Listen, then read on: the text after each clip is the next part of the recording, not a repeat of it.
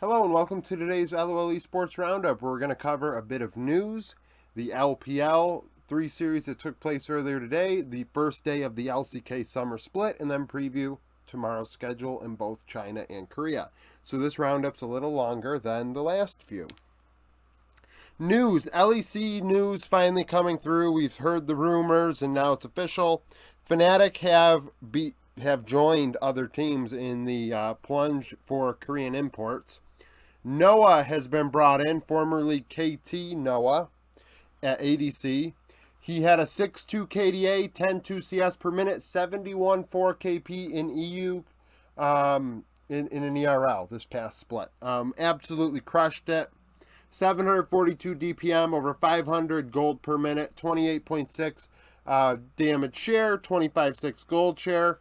On average, smoked the opposition 80 carry, being up 930 gold, 21 CS, and 410 XP at 15 minutes. 7 solo kills in 19 games played, 10 champions. What does this mean? Well, this means Reckless is moving to support.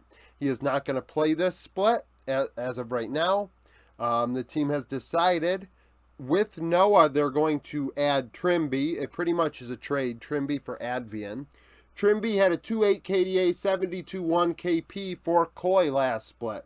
215 DPM, on average 2.87 vision score per minute, would place 1.63 wards per minute, 1 control ward every 4 minutes, and clear 2 wards every 5 minutes. 16 champions in 38 games between winter and spring. Trimby is a very interesting player, wide champion pool. Willing to do a lot of different things. I think this is an upgrade over Advian.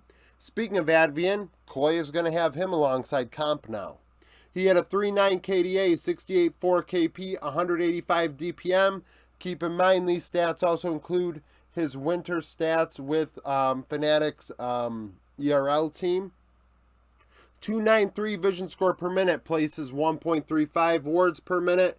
Over 2 control wards every 5 minutes, clears 1 ward every 3 minutes, 15 champions, 31 games. Like I said, this is a downgrade for Fnatic. Not for Koi. I think this actually could be a very terrible move by Koi. Larson's still very good. Comp is very good, but we're going to find out. I think Trimby is better than Comp. So, this may also unravel Comp. Team Heretics have announced the replacement for Ruby is Vethio. Vethio is joining from XL. He struggled this past 2 splits. He's been frankly awful. We've seen him have mental health related issues as well on Twitter. 2.3 KDA, 8.9 CS per minute, 66.2 KP. I think Vethio is one of the best Western mids. I've been saying this since he was on Misfits. I had projected his MVP before it happened. 586 DPM, 399 gold per minute. On average, had 25.4 of the team's damage share, 23.7 gold share. Did not win lane in the first 15 minutes. On average, actually was behind 100 gold, 3 CS. 155 XP, had only 2 solo kills in 15 games, 11 champions played. Hopefully being alongside Yankos will improve his stature after being with Xerxes on XL. This is a move that needed to happen for his mental, to be quite honest. Predictions, I'm 16-10. I went 3-2 on the day. OMG and JDG start us off. OMG 10th in the power rankings, JDG 2nd. JDG would win 2-0. Missing was my MVP, playing a disgusting Rakan in both games. Ruler 15-4, 16, 30% of damage. Knight 11-2 and 17 on the Annie was excellent. Abel 2-8-7, 31% of damage for OMG. Sorry, I'm getting congested. Definitely one-sided. I had JDG winning 2-0. OMG are very, very inconsistent. And the only thing they really had going for themselves today was Shanji. In Game 2 on Darius, was able to bring a game back from the brink alongside Cream. And then solo carry some team fights on a Darius to give themselves a chance. Actually, JDG struggled in that one in the mid to late game, losing both Barons. Definitely an odd situation, especially in a 2-0. Game 1 was an absolute blowout. I think it was like maybe OMG didn't have a single kill. It was extremely one-sided. Like I said, missing set the tone on their account, making plays in the bot lane. That would carry on into the lead for JDG in Game 1. And he was all over the place in Game 2 as well. Very high KP. I mean, he just played outstanding. Knight had great flanks on Annie. Kanavi did his job except for losing Baron once and then them losing a fight to lose the second Baron. 369 kind of was just the tank playing his role on this in this team comp in this series. Unfortunately, you wanted 369 and Shanji to kind of duke it out, and it didn't happen, and Shanji was able to actually really shine in Game 2, but JDG won 2-0. RNG and IG. RNG 2-1, IG 1-2 now. RNG 1-2-0 this one. YSCam did not play, Nenny did. Wei was my MVP. He was all over the place in Game 1 and Game 2. I thought he was the reason why they got their leads, which would then be carried by Breathe and LP. Breathe went deathless, 608, 31% damage. His Fiora in Game 2 was absolutely bonkers, outplaying a 1v3 for a solo kill. Like, really getting his nose in there on team fights is one of the better Fioras we've seen in a little while here. LP 11-11 in the win, and it's definitely something when your top laner has the most damage on your team. Cryan 367, 27% of damage in the loss. IG really not great. Tianjin was outplayed by Wei, which I'm not shocked by. I thought that IG would have a chance with Cryan over Tangwan. It didn't end up happening. Tangwan just kind of did his thing in mid and did not lose them the game on the Ari or the Lissandra. As far as bot lane's concerned, On and Wink struggled, to say the very least. Like, Wink was, On wasn't really getting his nose in there as much as you would like. Wink on the pike in Game 2 was not imposing his will. RNG were just the better team outright in every way. In the mid to late game, at least. IG did keep up in the Game 1 in the early game, but mid-game they started throwing and they just couldn't keep it going. EDG and BLG. Prediction-wise, I thought IG would win this. I thought EDG would win this 2-1. It didn't end up happening. EDG now 1-2, 11th in the power rankings. BLG 4th at 3-0. Yagao 6-6, 30% of damage. Shun 12-6, 24 was MVP. Fofo 11-8 and 15, 26% of damage for EDG. Game 3 was a draft diffie, and that was the reason they lost, in my opinion. Putting leave on Nyla was disgusting. Nyla was useless. So useless. EDG's comp was so bad. Just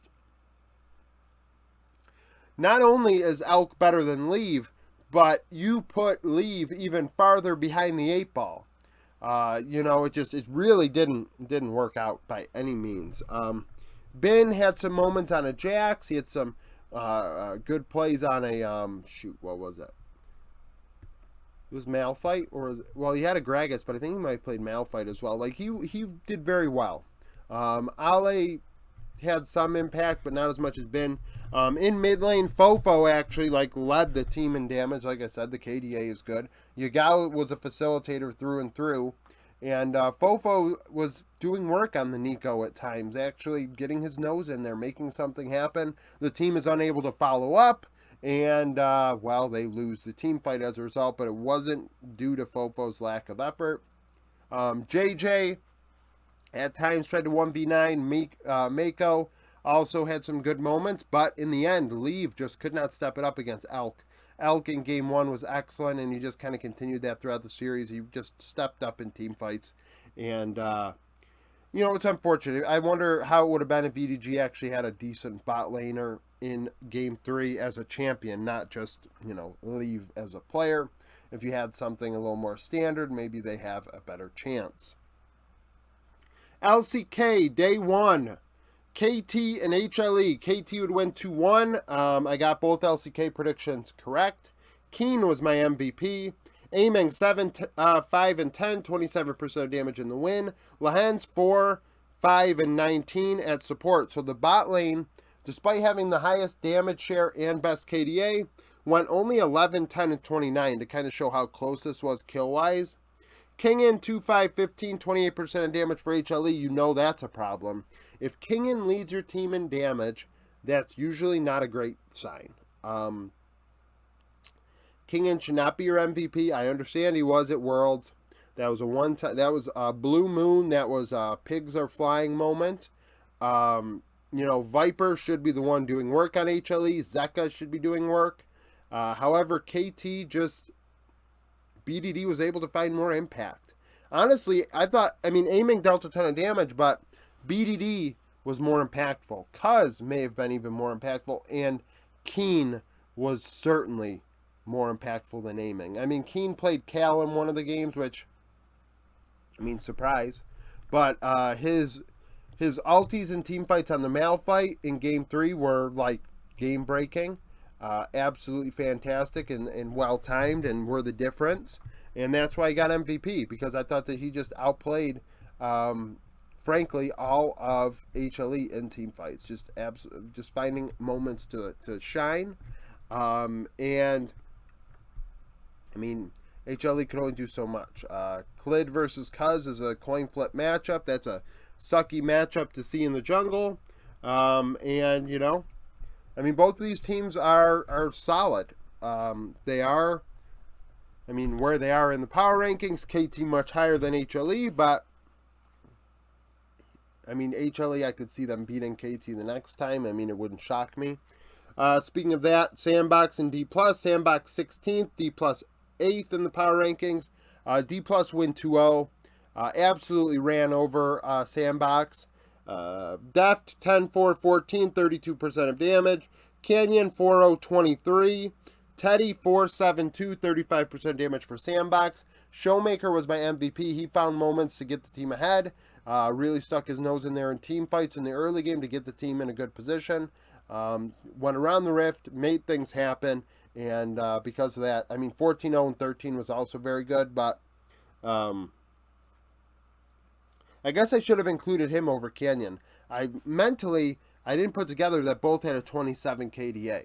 So, 14-0 and 13, 4-0, 23. If your jungle mid-duo goes 18-0 and 36. It's a bit one-sided. It really, really was not good for Sandbox. Teddy, in Game 2, Teddy was the only one doing anything. It was very reminiscent of how he looked with Kwangdong Freaks last year. Just kind of, I'm 4-2-0 right now, and everything is burning. It's the meme where the person's at the table and the house is on fire. That was like this series. Game 1... was Game 1 the one where Deft had Draven? One of the games, Showmaker was able to really secure a team fight that gave Deft the gold to do what he had to do. It was so one-sided. And D+ are in that Worlds conversation. I've said it before, I'll say it again, and it's on the record. I picked them to win Worlds in 2023. So, we'll see what happens. Sneak peek for tomorrow. So these series are not as fun as those ones. They put all the fun stuff on one day, so when they're dueling against each other streaming-wise, they split viewership instead of maybe putting these series a little differently, so people watch, a little bit of both. LPL's first series is Rare Adam and FPX. Rare Adam 0-2, FPX 1-1. Rare Adam lost to RNG. FPX lost to Ultra Prime last time these two were on the Rift. FPX won 2-0 when these two teams crossed paths in spring. In terms of overlap, we see that FPX have Xiaolahu in top lane. Rare Adam have Xiaozhu. Last time they played, it was Fearness and Cube. In support, Rare Atom have Feather, and FPX have Chow Chow. So that's different as well. So, jungle mid AD carry comparison. Hacker, Care, LWX in the win went 32 kills, 5 deaths, 65 assists for 1,687 DPM, 82% of the team's damage. Land, Strive, Assume, 7, 24, 11, 1,175, only 69%, so a big difference. Cube had a lot of impact in that loss versus how much Fearness did, or Zhao Lahu in that one. So, just, this comparison is what it is. I think that Strive and Assume are solid. They can keep up with Care and LWX. It's more the top side of the rift. And if Zhao Zhu can match Zhao Lahu, and Layan should be taking advantage of Hacker. If Layan cannot do that, that's unacceptable. I think that Layan is better than Hacker. LGD and JDG. LGD 0-3 coming off of a loss to NIP. JDG 2-1 coming off the win against OMG. They're second in the power rankings. They beat LGD 2-0 in spring. Everybody overlapped. Well, 4 of the 5 roles overlap, so we're not going to compare 4v4. LP Ruler went 9-0-11, 520 DPM in the win, 28% of the team's damage. LPC in the loss went 6-3-0. 381 DPM, 32%. So LPC played the KDA game in that one. This is a bit of a diffy on paper. This is a bit of a diffy. Weibo and LNG. Weibo 9th in the power rankings, 1-1, coming off of a loss to OMG. LNG 3rd, 2-1, coming off of a loss to JDG. Last time these two teams played, LNG would win 2-0 in spring. Comparison. So, Weibo now have Weiwei. They had Karsa in that one. And LNG have Gala, where they had LP. So, the comparison is top, mid, and support. Zika, Scout, Hung went 22, 12, and 51. 1,430 DPM for 53% of LNG's damage. The Shy, Zhaohu, Crisp went 11, 26, 30. 1,253 and 59%. So in the mid to high 50s comparison, pretty close. Obviously, the Shy ends his face off much more than Zika does, so he's gonna end his face off from time to time. I think Weibo have been pretty good in their first 2 series. Weiwei has done his job. This is definitely a bigger test, though. LNG are an excellent team. The fact that they are coming off the loss to JDG is not an awful thing. It was a 3-game series. It was close, and LNG will be there at the end, and Weibo probably will be around there as well. LCK preview. We have the bottom 4 teams playing. So KDF and DRX. KDF won 2-1 last time they played. Keep in mind, DRX now have Paddock at AD carry instead of Duckdom or Playeta. Paddock is an extremely young player, and Bulldog is obviously young, and we know who he is. In the last time they played, Doodoo in top lane went 15, 8, and 12 for 25% of KDF's damage. Rascal went 2, 12, 11 for 23% in the loss. So Rascal has to step it up. Rascal is better than Doodoo. It's unacceptable that happened. After that, we have Bro and Nongshim. Nongshim won 2-0 last time they're on the Rift. I do not know which mid laner is playing for Nongshim. If it's going to be Quad, Fiesta, or Call Me. But Call Me did play the last time these two squads crossed paths, and Call Me had a great series, going 11, 0, and 14 for 30% of Nongshim's damage. Karis went killless, 0-4-7, with 22% in the loss. I doubt Call Me is going to play tomorrow, but I think that series in and of itself owes it to him. Nongshim dominated in every which way you look at it, though, stat-wise. It wasn't close. I don't pretend. Okay, Bro are not a team that I really enjoy watching. I hate the style of play they play, and it doesn't even work. So, not only does the way you play make people's eyes metaphorically bleed, but you also don't win. It's not even like you're like playing super slow and boring and you win. You play super slow and boring and passive and you lose. Just a slow death every time they play.